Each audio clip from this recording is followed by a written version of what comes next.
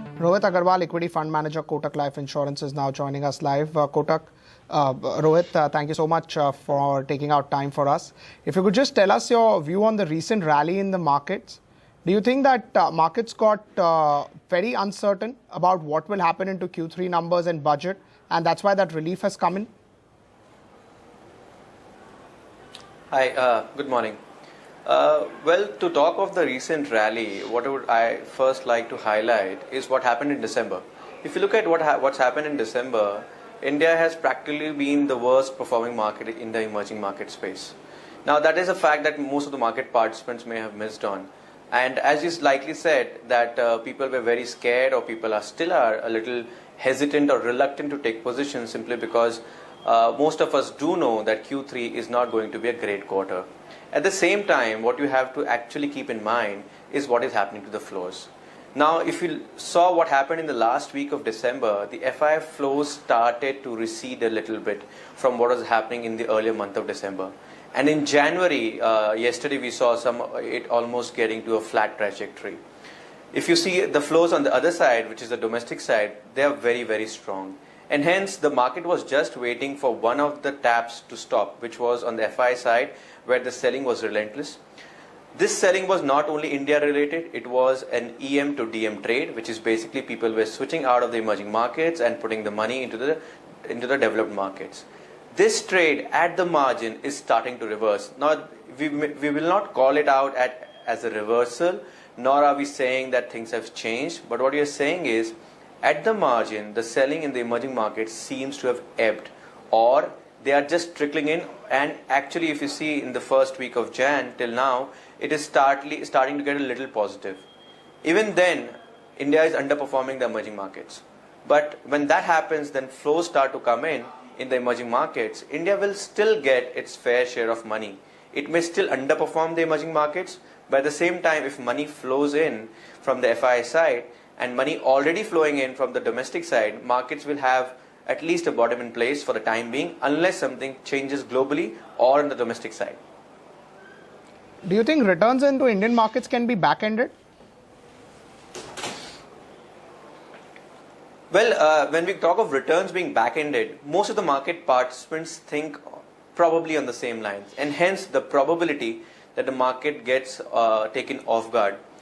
We do not necessarily try to time it as being very short term in the sense 2 to 3 months or 6 months. But what we do believe is that the Indian markets are likely to see a lot of inflows, certainly from the domestic side. To give you a little bit of numbers, so to speak, if you look at what's happened with the banking system in terms of demonetization, around 14 odd lakh crores has come back into the system. We can debate the number because the final number is not out yet. Some believe it's 14.97, 15. I believe the RBI yesterday came out with a clarification saying that the numbers still need to be worked out. Even if you assume it's 14 lakh crores, it is a fair assumption that out of this 14 lakh crores, 2 to 3 lakh crores will not get out of the system. So if that 2 to 3 lakh crores remains within the banking system, if you assume 10 to 15% of that gets channelized into financial savings, which is primarily equity markets, either through insurance funds or through mutual funds, then you're talking about 20,000 to 30,000 to 40,000 crores of rupees getting into the Indian financial markets in the next 6 months or so. At the same time, in the Jan to March quarter, the insurance companies also get a lot of their inflows or insurance premiums. Hence, from the domestic side, we are pretty confident of flows coming in. Now what we need to watch out is the FII flows. If FII flows start to reverse on the EM side, as I just discussed, then you could actually see the markets not necessarily being back-ended and being a little front-ended to medium front-ended, probably, and it is provided that the budget provides a direction to us and the budget does not disappoint the market at large. Then you could see the returns not necessarily back-ended but being front-ended as well. Right, but returns expectation has to be normalized because the earnings growth will decline. Earnings growth will decline. Expectations of earnings growth have declined in FY17 itself. Now, if you look at what are the expectations for FY17, people are expecting maybe a mid-single-digit kind of earnings for the index. But if I have a look at the FY18 earnings, people are expecting mid-teens to higher teens kind of number as of now. Now, there are of course a little bit of few variables that we need to keep in mind. The main impact in FY18 is coming from financials. If you see what's happened to the financials, the numbers are going to be a little below expectations in this quarter. That is because loan growth is not there, probably a little bit of asset quality pressure, less amount of fee income. But all of that also sets up a better base for FY18. Now, assuming that things normalize in 2 quarters or so, then FY18 second half, you could have a very good base for the financial companies as a whole. And if loan growth comes back and asset quality also starts to hold up, especially for corporate banks where the loan loss provisions have been upwards of 200 basis points, if that drops by 100 basis points or 50 basis points and loan growth comes back, you could see a lot of kicker to the earnings coming back to the financial companies in FY18. And hence, we are not necessarily saying that the earnings in FY18 are going to be very muted. In terms of banking, financial institutions, do you think brokerage, mutual fund companies, insurance companies, could be a big beneficiary, and that is something which the market is not yet pricing in? It's possible. We certainly think that the companies or the sectors that you are talking about within the financial space will be big beneficiaries. But if you look at, there are not too many big players which are standalone brokerages or standalone mutual funds. They are mostly a part of a financial institution. But we believe financial services industry as a whole itself will see a lot of benefits, primarily the banking space and more so the private banking space. As we have discussed, if you see, loan growth is low, but we expect loan growth to come back. At the same time, if the government is able to reinvigorate some of the consumption patterns in the Indian economy, you could see retail coming back big time. You are already seen the government and our Prime Minister announcing schemes for housing, so there is likely to be demand. With interest rates getting lower, there is likely to be demand for consumables like two-wheelers, four-wheelers, autos. Also with a lag, you could see some demand coming back into the some of the discretionary spend items, not necessarily very high value, but maybe things like TVs, fridges, cars and all of that, they will come back. And hence all of that will propel the economy. When demand is there in the economy, that will have to be met. And financial services demand, when it comes back at a rate which is lower than some of the past cycles, or certainly lower than what they have been in the last 2 to 3 years, you will see that the financial companies will start to do well and their earnings will start to look good. If you look at the valuations of the companies, they are not very expensive at all as of now, if you compare them with, relative to their history. What is not going into their favor right now is that this year particularly will not be a great year in terms of their earnings. But that sets up the base for the next 2 to 3 years, assuming of course that the consumption demand comes back and these companies are able to lend and they will of course grow their balance sheets. Till now we have seen that NBFCs have done well, especially the ones on the retail side. There may be 1 or 2 quarters of decline, and that's what market is trying to price in. Yes, that's entirely correct.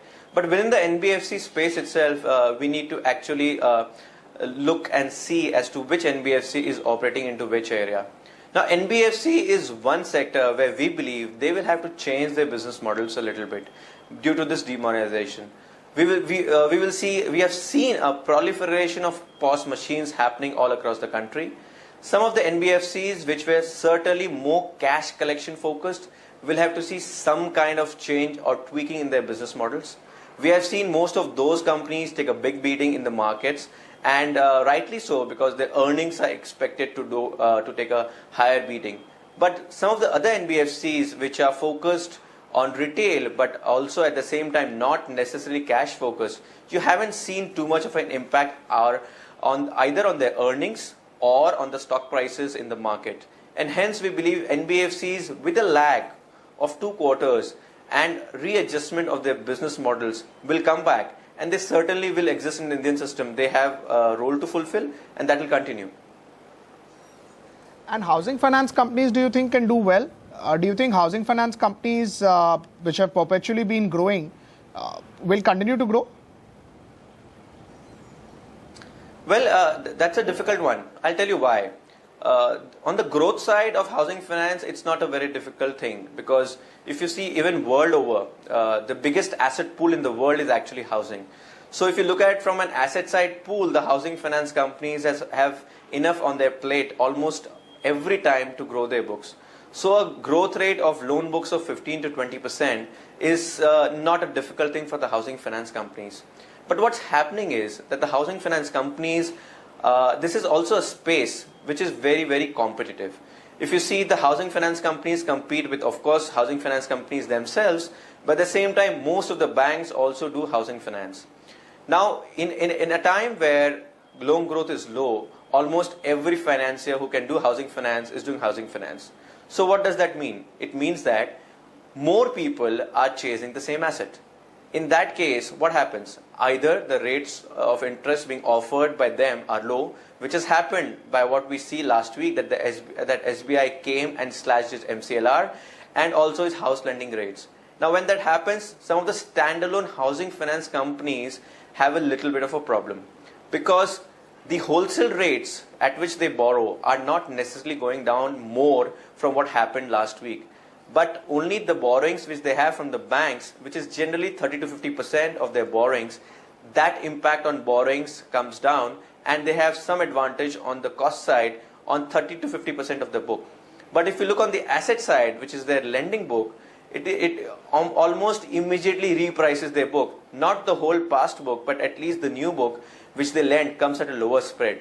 So in housing finance, I think even though you will see growth, let us not forget these are also companies which historically have lesser return on asset but a higher return on equity, because regulations allow them a higher leverage. Hence, the valuations will never be 3 to 4 times book in a standalone except one of the biggest lenders, and hence you will find these companies to be steady state. One of the other prime reasons of these companies being steady state is that you have not really seen an asset quality cycle happening in these companies or in this sector. If you were to assume that housing prices in India will fall by 30 to 40%, then actually you will see housing finance companies not doing well.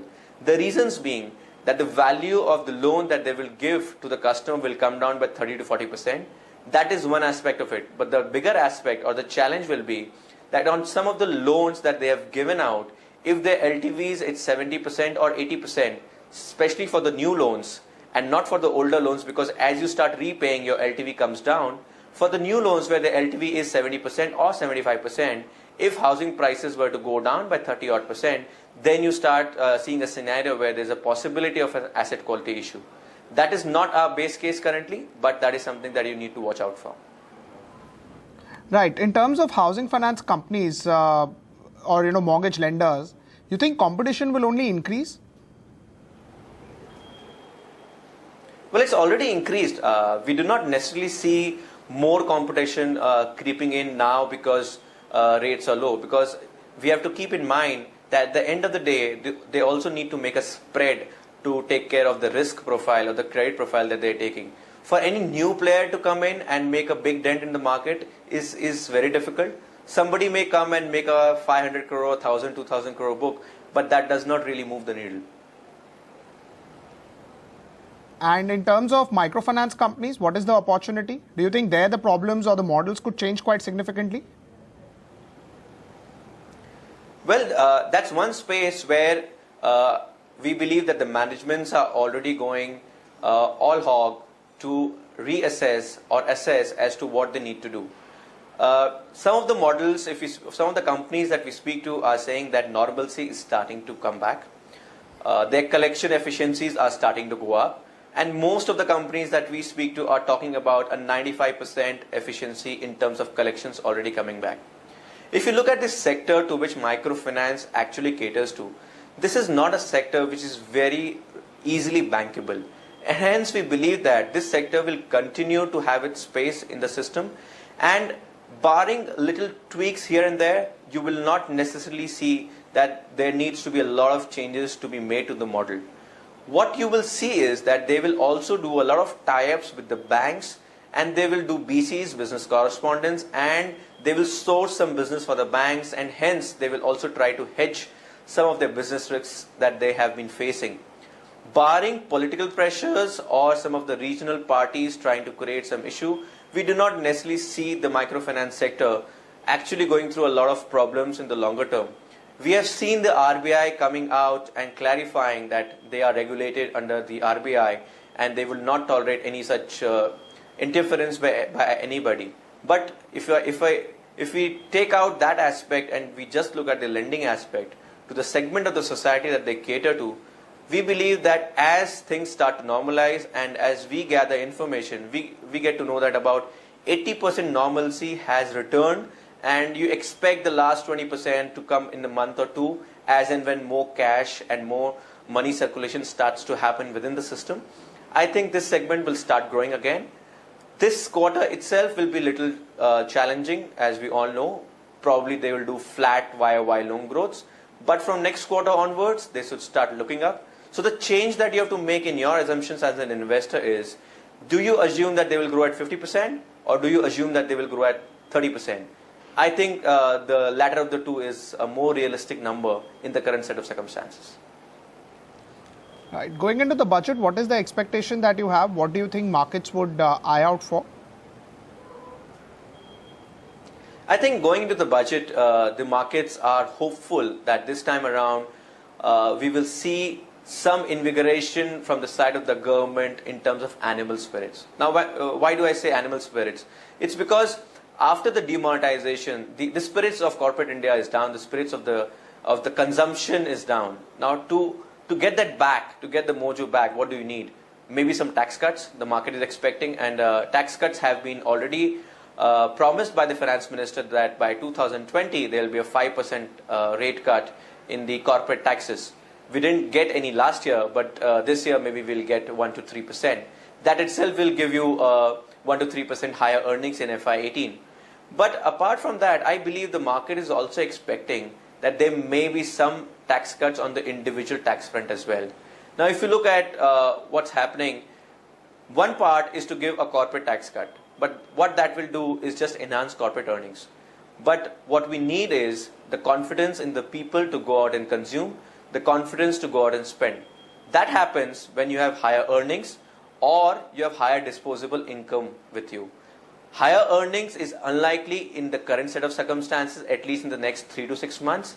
But higher disposable income is possible if there are tax breaks which are given by the finance minister to the people at large. So this is on the taxation front.